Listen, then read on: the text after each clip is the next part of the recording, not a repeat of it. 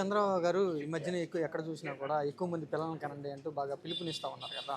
దాని గురించి ఏమంటారు? ఆయన కనొచ్చుగా, ఆయన కొడుకు కనొచ్చుగా. ఒకనే ఎందుకు అన్నాడు? ఈయనే శాంతంగా అమ్మఒడి పథకాలని ఏంది అది విద్యా దీవెన పథకాలని అవన్నీ తీసేసి సరిగ్గా ఇవ్వట్లేదు. ఇప్పుడే జనాలు అల్లాడిపోతున్నారు. ఈయన కనొచ్చుగా సొంతంగా. అసలు ఈయన ముందల ప్రభుత్వాన్ని ఈయన ఏలమను.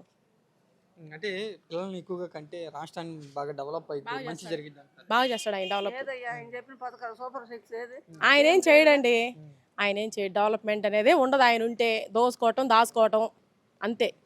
25,000 ఇస్తాం, ఇల్లు ఇస్తాం అని అంటున్నారు చంద్రబాబు గారు పిల్లల్ని కంటే. ఇప్పుడు ఉన్న వాళ్ళకి ఇచ్చాడా?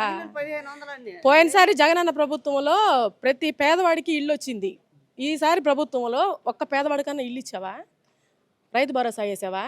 వేస్తానన్న 20,000 వేసావా నువ్వు ఇంకేం వేసావు? పిల్లలకు పోయిన సంవత్సరం ఎప్పుడో ఒకసారి వేసావు అమ్మఒడి పథకము.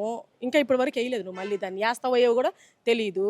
గ్యాస్ పథకం అన్నావు, ఒక పథకం వేసి 3 పథకాలు వేసావన్నారు. ఇంకేం ఆయన వేసేది?